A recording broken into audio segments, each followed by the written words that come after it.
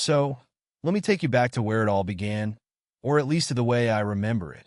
It was 5 years into our marriage, and I genuinely believed we were doing okay. You know, the usual rhythm of life: work, dinners, the occasional vacation. I'm Jake, a 35-year-old marketing manager, just your run-of-the-mill guy. I've never considered myself a Casanova, and I certainly didn't expect every day of our lives together to be bursting with excitement. My wife, Megan, on the other hand, seemed to have a different outlook. At 33, she was a graphic designer, deeply passionate about art and fashion, always chasing that next big thrill to feel alive. What I didn't realize back then was just how much she was yearning for more, way more. Our 5th anniversary was supposed to be a memorable occasion, or so I thought. I put considerable effort into planning a special evening. We went to one of those upscale restaurants, you know the type, soft piano melodies in the background, where they charge you a small fortune for a steak that's garnished with a sprinkle of herbs. I even arranged a slideshow, showcasing our journey together, highlighting our trips, family holidays, and those silly moments we shared in our first apartment. I thought it would add a nice touch. Yet, as the pictures played on the screen, Megan sat there, staring blankly into her wine glass. Initially, I figured she might be tired or stressed from work. But then I noticed her stealing glances around the room, watching other couples laughing and having the kind of fun that felt infinitely louder and freer than what we were experiencing. She looked disappointed, as if she believed she was missing out on something. Dinner passed with barely a word exchanged between us. I attempted small talk, reminiscing about our wedding day, but she wasn't engaged, just nodding along, pushing her food around her plate. I tried to brush it off, thinking she'd come around eventually, but there was this unsettling feeling deep in my gut, like a quiet alarm blaring in the background. I told myself it was just my own paranoia. After all, how bad could it truly be? Bad. Really bad. That night, once we got home, everything erupted. I can't even pinpoint how it started. We were just lying in bed when I made a comment, something foolish about planning a weekend getaway, just the two of us. She let out a sigh, but not the kind that indicates tiredness mingled with contentment. No, it was a heavy, exasperated sigh, as if something Burr Ryansom had been pressing down on her for far too long. Then she just unleashed. "Jake," she said, sitting up and flicking on the lamp. "I can't keep pretending everything is fine." "What do you mean?" I asked, trying to sit up as well, feeling like I was sinking into the mattress. "I mean, it's our marriage," she replied, and my SJCAC plummeted. "I feel like we're stuck, like I'm missing out on something." "Missing out?" I echoed, baffled. "What are you talking about? We got a good life, we're comfortable, secure, and we have—" "Bored, Jake." "We're boring," she interrupted. "All we do is work, come home, watch TV, go to sleep, and then rinse and repeat.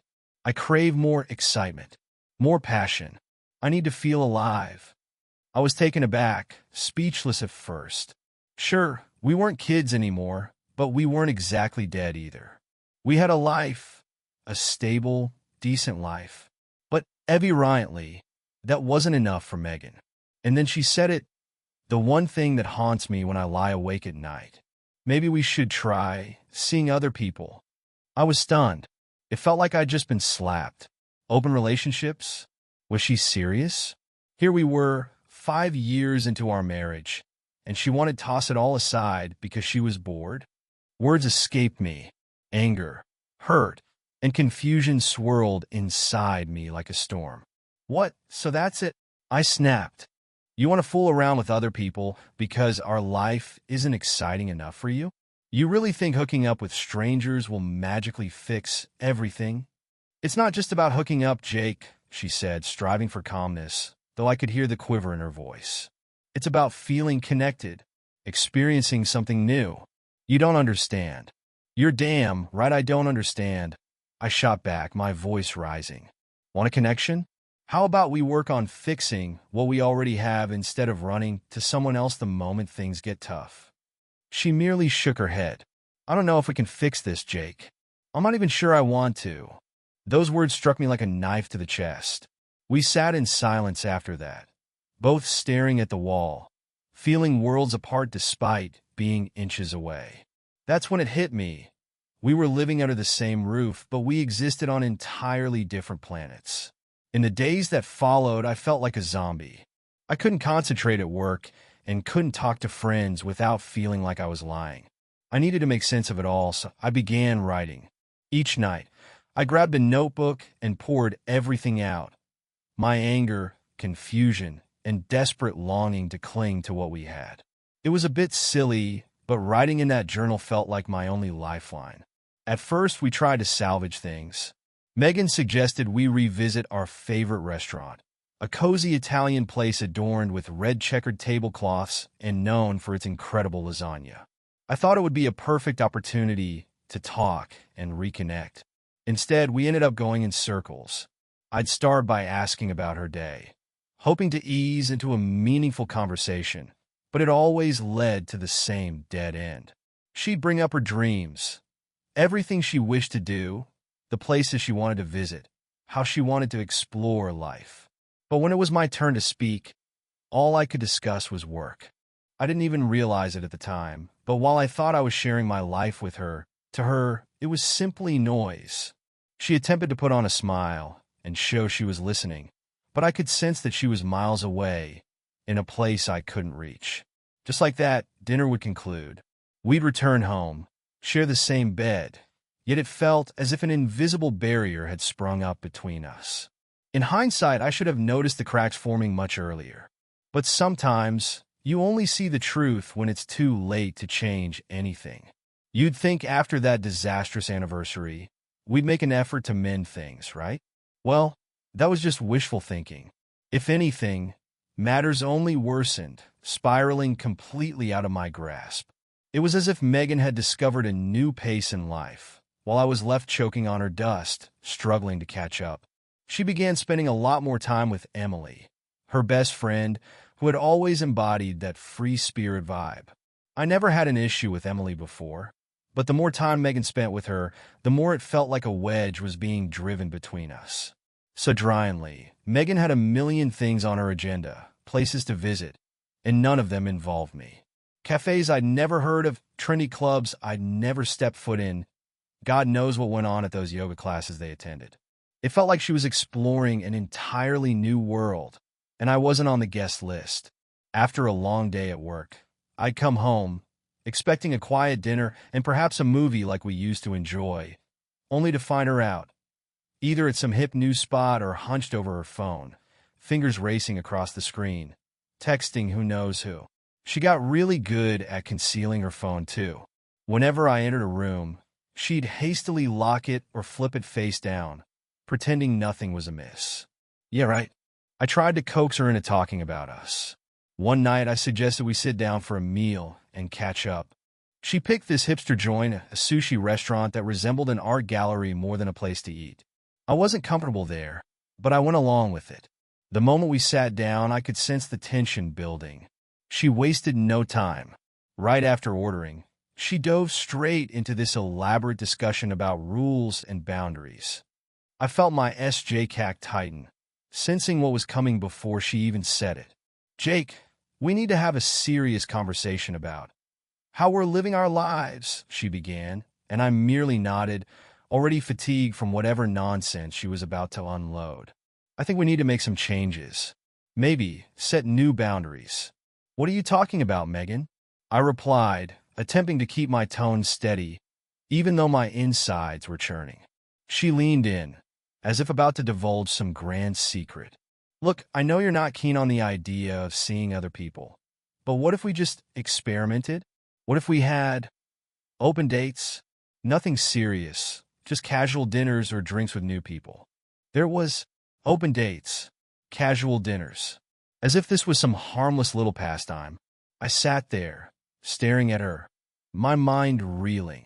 I couldn't believe she actually thought this could solve our problems. So let me get this straight. You want to go out with other people and what? Pretend we're not married? I asked, my voice escalating. It's not like that, Jake, she snapped, clearly exasperated. It's about experiencing something new, just seeing what's out there, feeling alive again. Alive? Are you kidding me? I could no longer contain my anger. You think that going on dates with random strangers will fix whatever you think is broken between us? That's just you running away, Megan. You don't want to work on our issues. You just want a free pass to act single. She shot up from her chair, knocking it back, and I felt the eyes of everyone around us bore into us. I don't know if I want to work on this, Jake. Maybe I don't even want to be married to you anymore, she exclaimed, her voice breaking. And with that, she stormed out. I remember sitting there, dazed, the sushi untouched in front of me, grappling with how we ended up at this point. All I could think was that this wasn't the woman I married. Or maybe she was, and I simply never really knew her at all. Days turned into weeks, and things only continued to deteriorate. Megan would come and go as she pleased, and I stopped trying to keep tabs on her whereabouts. One night, I overheard her on the phone, chatting with Emily about some new guy she had met online, giggling like a teenager. When I confronted her, she dismissed it as if it were nothing. It's just a chat, Jake. It's no big deal, she'd say, rolling her eyes. But to me, it felt like a huge deal, and it only escalated from there. I noticed she was spending hours on dating apps, her face illuminated by that damn screen. I tried to ignore it, but I felt like I was losing my mind worrying about who she was talking to and what they were saying. Then one day, I saw a name flash across her screen, Dave. Just seeing that name made my blood boil. I knew it wasn't just some innocent chat. It marked the beginning of something I wasn't prepared to confront. Megan, of course, was practically glowing during that time, bubbly and full of excitement. She had this energy that made my SJCAC churn because I knew it wasn't meant for me, and I was at a loss for how to react. I would sit alone in our living room, staring at the walls, trying to piece together where I had gone wrong. Had I overlooked something? Was it genuinely my fault that she craved whatever this was? Eventually, I stopped attempting to talk to Megan altogether. I'd come home, and if she was around, I'd head straight to the bedroom or go out for a drive. Fighting it felt futile. It only seemed to exacerbate the situation. But that didn't mean I was handling it well. That's when I began spending more time with Ryan. Ryan is a colleague from work, a perennial joker, the kind who believes in living life without regrets. I hadn't shared much about my home life with him, but one night, over drinks at a dive bar, I opened up and spilled the entire story. "Forget all that noise, mate," Ryan said, gesturing animatedly with his beer. "If she's out there living her best life, why the hell shouldn't you? You're a solid guy, Jake, but you need to stop letting her walk all over you. Come out with me and have a little fun for once." Initially, I hesitated. Ryan was the type who thrived on the nightlife, hitting up clubs and charming anyone who glanced his way, which just wasn't my scene.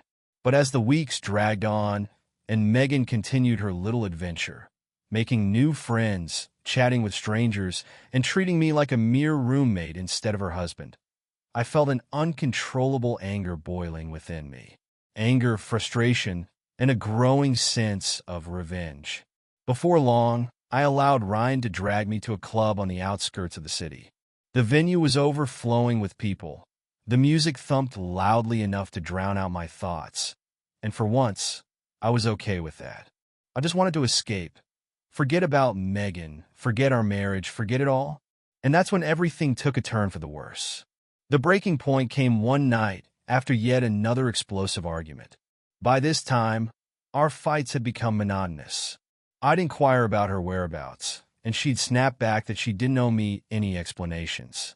I was always on edge, and she seemed ready to bolt at the slightest hint of confrontation. We hurled accusations like daggers, and one night, as she stormed out the door to who knows where, something inside me snapped. I was finished. That night, I called Ryan. I didn't need to elaborate. He could tell by the tone of my voice that I was at my limit. "Come on, man," he urged. "Let's hit the club. You need to break free from that house and stop letting her mess with your head. Tonight's about you, got it?" And that's how I found myself, a 35-year-old married guy, walking into a packed club as if I were reliving my college days. The bass thumped, the lights pulsed in vivid colors, and the atmosphere crackled with energy. For the first time in what felt like ages, I wasn't preoccupied with thoughts of Megan, her ridiculous rules, or her so-called open dates. I just wanted to experience freedom and maybe a dash of recklessness. Ryan wasted no time securing us drinks, pulling me to the bar, and ordering shots like we were on a wild boys' night out. I downed a few just to take the edge off, and soon enough, I felt the pleasant buzz washing over me.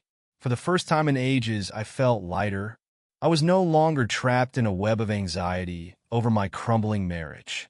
And then I spotted her, Sophie. She was near the dance floor, effortlessly moving to the rhythm as if the music was an extension of her. I couldn't pinpoint what drew me to her.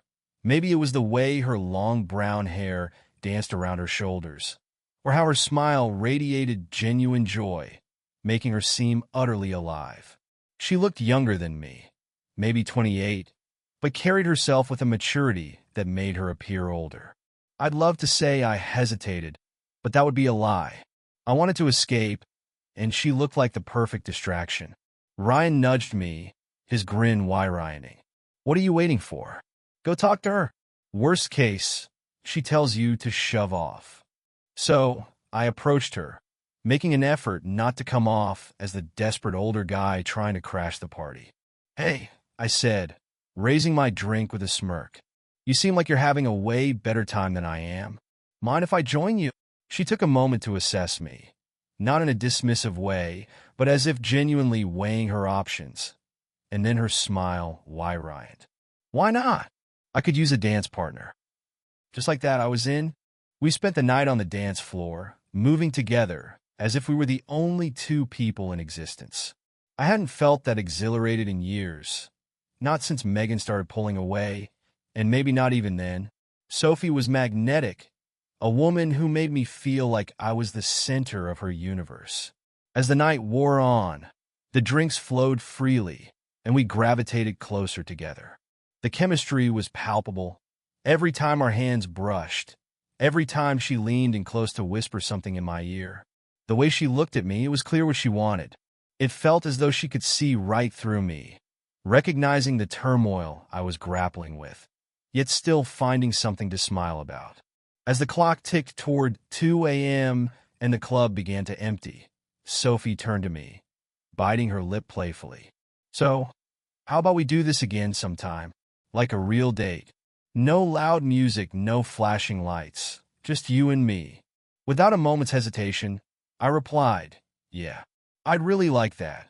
A week later, we met for drinks, then dinner, then another night out at a different venue, where we danced and flirted like it was all in good fun.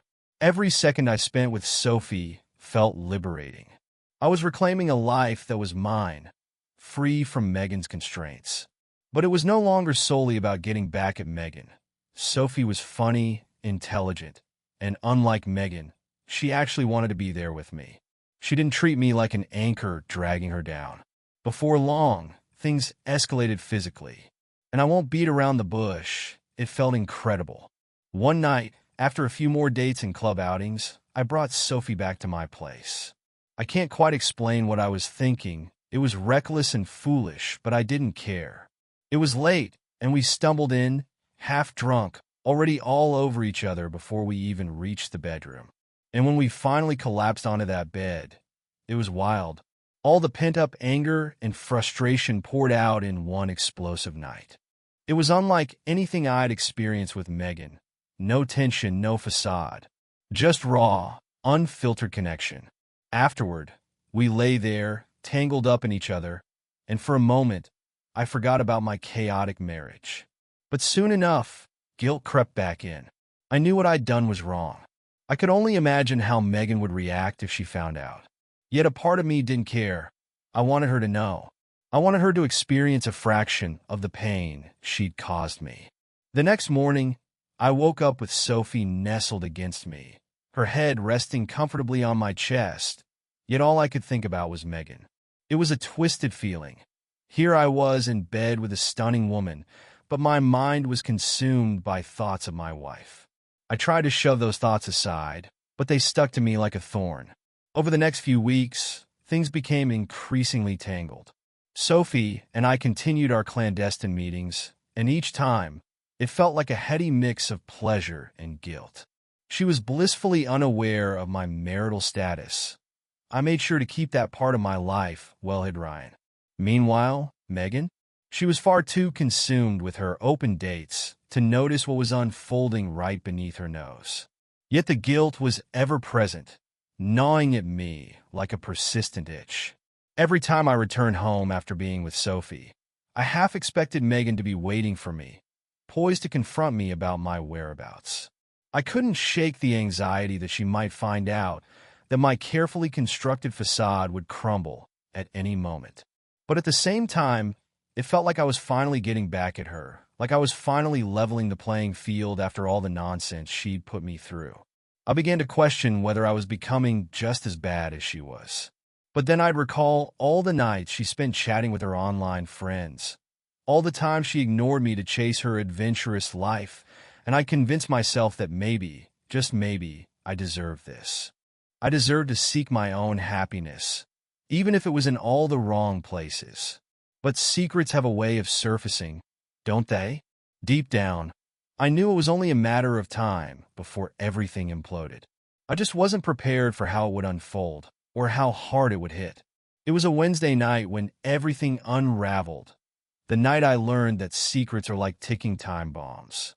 You bury them as deep as you can, but eventually, they detonate, whether you're ready or not. That day, Megan had gone out on yet another one of her dates. By this point, I was accused to her routine. She'd leave the house looking far too alluring for a casual dinner, then return hours later as if nothing was amiss. And me? I'd just sit around, pretending to be unfazed, my mind split between simmering anger and apathy. On this particular night, I was merely trying to pass the time until she returned. Maybe I'd see Sophie afterward, maybe I wouldn't. It felt like a messed up game.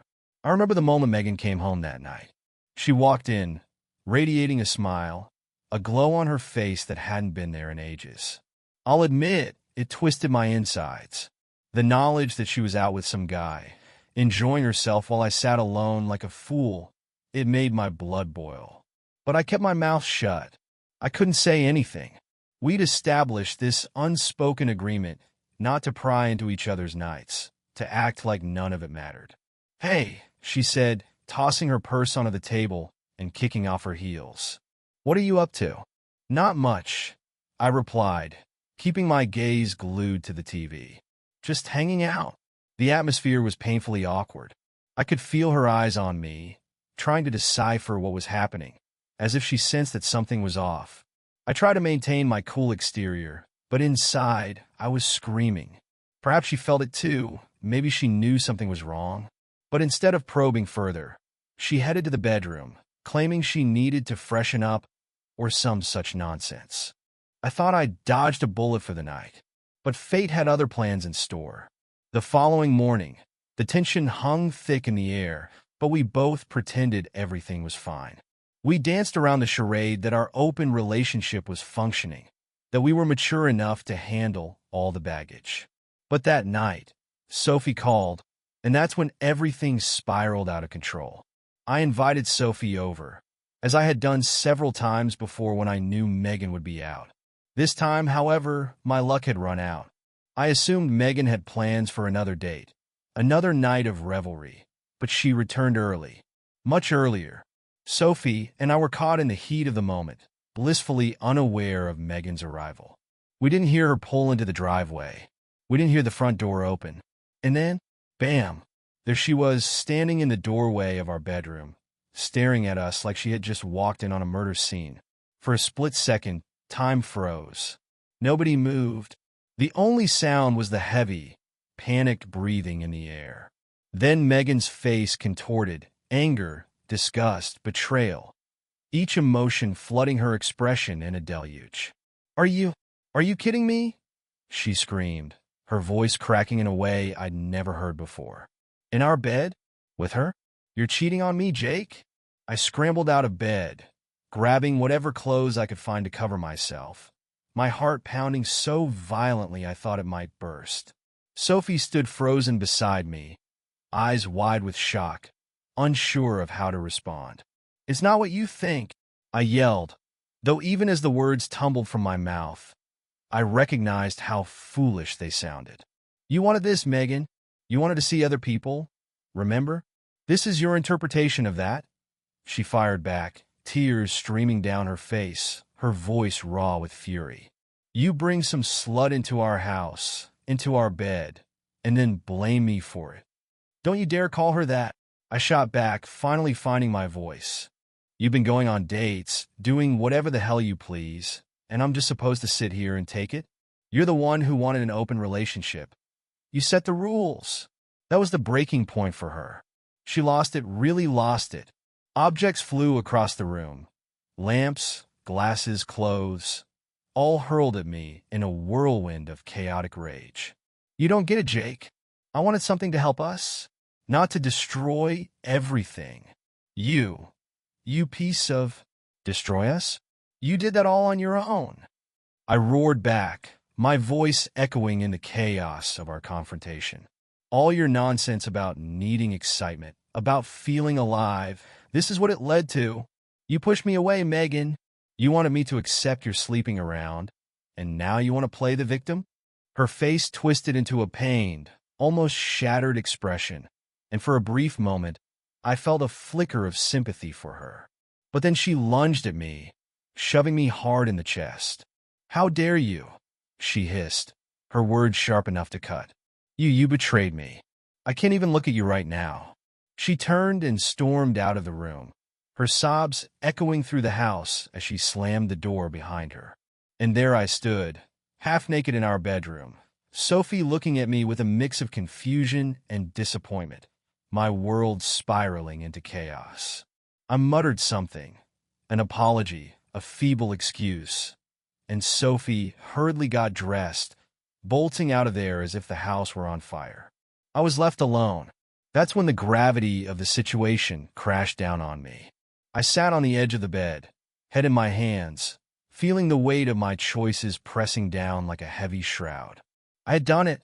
I let my anger and desire for revenge obliterate whatever remained of our marriage. As much as I wanted to point fingers at Megan, a part of me recognized that I was just as culpable. Hours ticked by, and I remained frozen in place, replaying our fight over and over in my mind. The words we hurled at one another echoed like a twisted mantra. Sleep eluded me. My thoughts were a jumbled mess. All I felt was this sickening cocktail of anger, regret, and something else, something that felt alarmingly like shame. The next day, Megan returned. Not to talk, not to fight, but to gather her belongings. We didn't exchange a word. She packed in silence, her expression vacant, as if she were operating on autopilot. I wanted to stop her, to say something, anything, to try to make things right, but when our eyes met, the look she gave me stopped me cold. It was a look that clearly said, "We're done." As she walked out the door with a suitcase in hand, she paused for a brief moment, turning back to me one last time. "I don't know who you are anymore, Jake," she said, her voice devoid of emotion, drained of all the fight and fire it once held. "But I know I can't be with you. Not like this.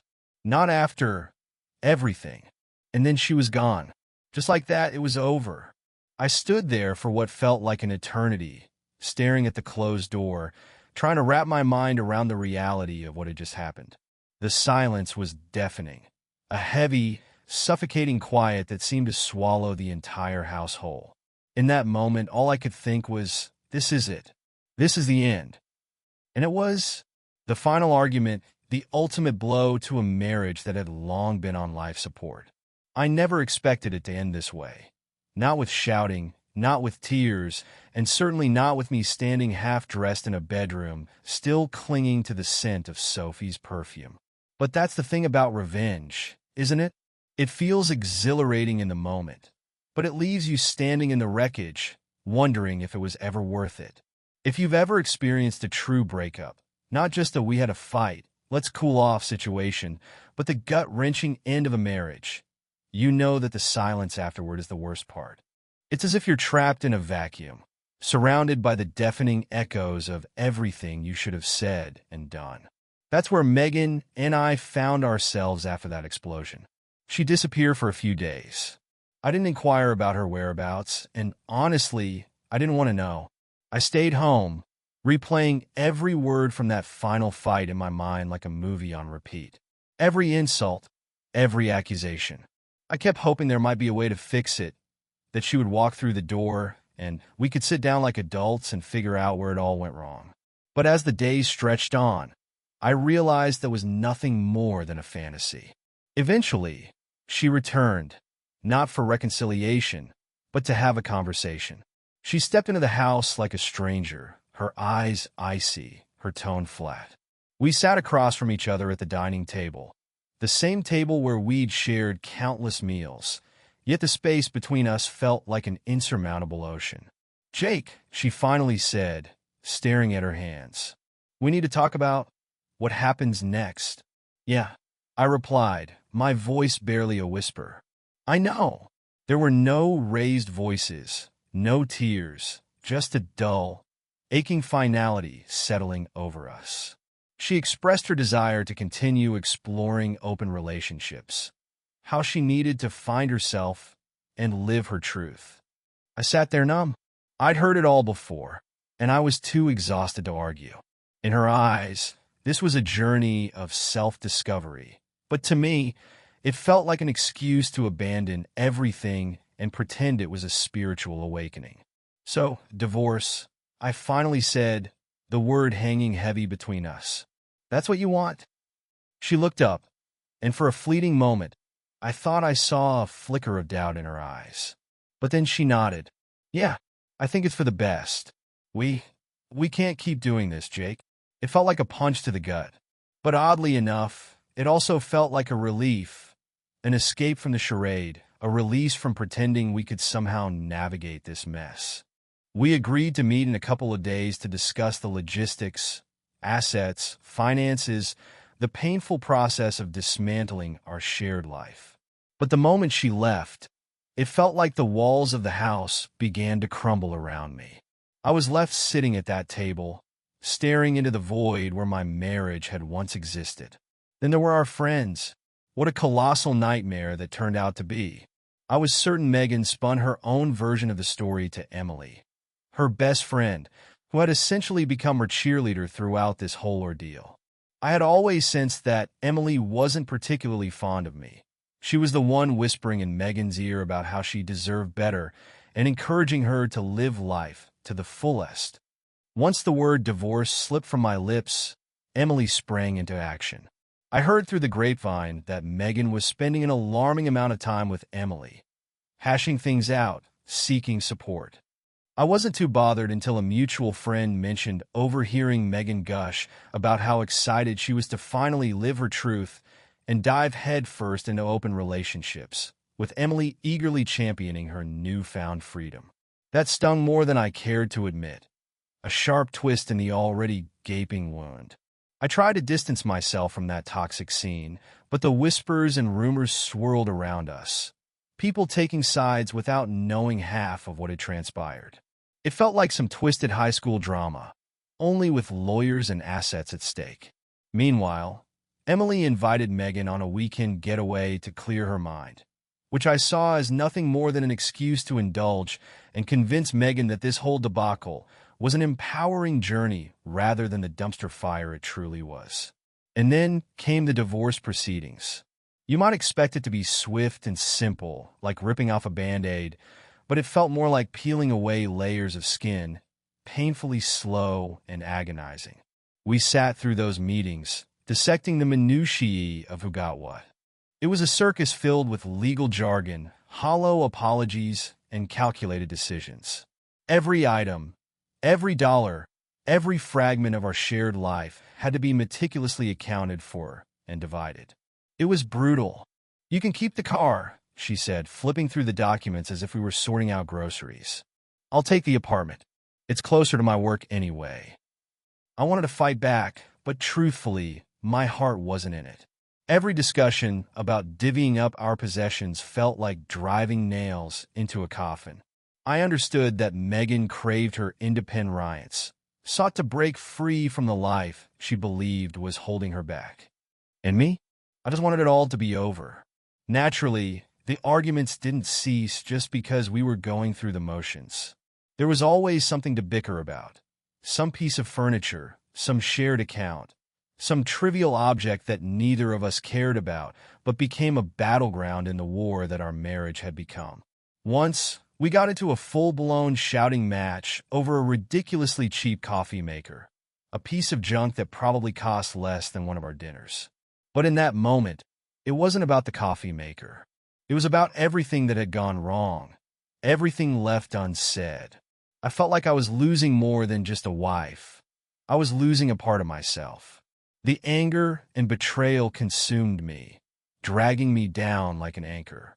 In a desperate bid for survival, I turned my focus inward. Ryan, ever the fixer, insisted I join him at the gym one day, claiming I needed to sweat out the pain. At first, I despised every moment of it. The weights, the cardio, the grueling workouts felt like punishment. But over time, it transformed into a form of release. Every rep, every drop of sweat became a cathartic way to expel the anger and frustration that had accumulated within me. I immersed myself in new pursuits. Anything to keep myself from languishing in that empty apartment, drowning in self-pity. Photography became my refuge. I grabbed my camera and venture out anywhere that helped clear my mind. Gradually, I began to feel like I could breathe again, as if there were a life waiting for me beyond this nightmare. As for Megan, she threw herself into the dating scene with reckless abandon. I caught wind of her escapades through friends and social media. She was mingling with new people, going out, living that adventurous life she had always longed for. Initially, it made my SJCAC churn to think of her out there, pretending to have the time of her life, as if everything we'd endured meant nothing. But as the weeks wore on, that visceral reaction dulled into a numb acceptance. Eventually, it morphed into something colder, indifference. We became two strangers leading parallel lives, each moving in opposite directions. Even though part of me yearned to hate her, another part, the one too weary to care, simply wanted to move on. The divorce dragged on for what felt like an eternity, but finally, the papers were signed. Our marriage was reduced to just another statistic, the last few years of our lives distilled into signatures on a dotted line. When it was finally over, I sat in my empty apartment, surrounded by boxes filled with my belongings. For the first time, I felt relief. Not happiness, not joy, just a sense of weight lifting off my shoulders. It was done. Whatever lay ahead, at least it wouldn't be this. Once the dust settled and the divorce papers were signed, an odd emptiness enveloped me, like walking through the remains of a war-torn battlefield. You'd think that finality would bring clarity, right? A clean break, a fresh start. But the truth is, you don't just flip a switch and move on. It's more like crawling out from beneath the rubble and trying to rediscover who the hell you are without the person you thought you'd spend your life with. I tried to keep thoughts of Megan at bay, but she lingered in the recesses of my mind like a haunting memory. And, of course, social media made it impossible to ignore her existence. There she was, smiling with new faces at bars, on hikes, at art shows, living that open lifestyle she had so fervently pursued. She looked happy, or at least that's how it appeared on the surface. Yet every now and then, I'd catch a glimpse of something deeper in her photos, a fleeting shadow in her smile, a glimmer of something unspoken in her eyes. Maybe I was imagining it, or maybe she was just as skilled at pretending as I was. Either way, seeing her out there, moving on as if I were merely a chapter she'd outgrown, it stung. Megan started dating extensively. At first, she dove headfirst into the world of open relationships, flitting from one person to the next, seemingly trying to make up for lost time. For a while, she reveled in it. The thrill of new connections, the excitement of unfamiliar faces, the taste of freedom. But I suppose freedom isn't always the paradise it seems to be. I started hearing murmurs that Megan was having a hard time finding something real. It seemed all those adventurous guys she had been dating were fun for a fleeting night, but none of them lingered. She was searching for something more profound, but kept coming up empty with her flings and casual encounters. Isn't it ironic? The same woman who detonated our marriage in pursuit of excitement was now yearning for the very thing she had discarded: connection. The kind that requires time, patience, and yes, perhaps even a touch of stability that she had deemed boring. So, I guess it shouldn't have come as a shock when she called one night. I nearly let it go to voicemail. Seeing her name flash on my phone felt like a punch to the gut. But curiosity ultimately got the better of me. "Hey," she said, her voice softer than I remembered, almost tentative. "I know this is a bit strange, me calling. I just wanted to check in, see how you're doing." Yeah," I replied, still reeling from the surprise of hearing her voice. "I'm doing all right. Better, I suppose." There was a heavy pause, as if we were both trying to navigate uncharted territory. Then she began to share how she was trying to carve out this new life, trying to make sense of the chaos, but how it was proving to be far more challenging than she anticipated. She didn't have to say it outright. I could sense her struggle. She missed the comfort, the familiarity. She missed us. "Sometimes I wonder if I made a mistake," she confessed, and hearing her voice crack like that felt like a fissure in my own carefully constructed armor. But I wouldn't let myself be pulled back in. I knew better. "Well, that's something you need to figure out, Megan," I said, my voice steady, as if I had rehearsed this line 100 times.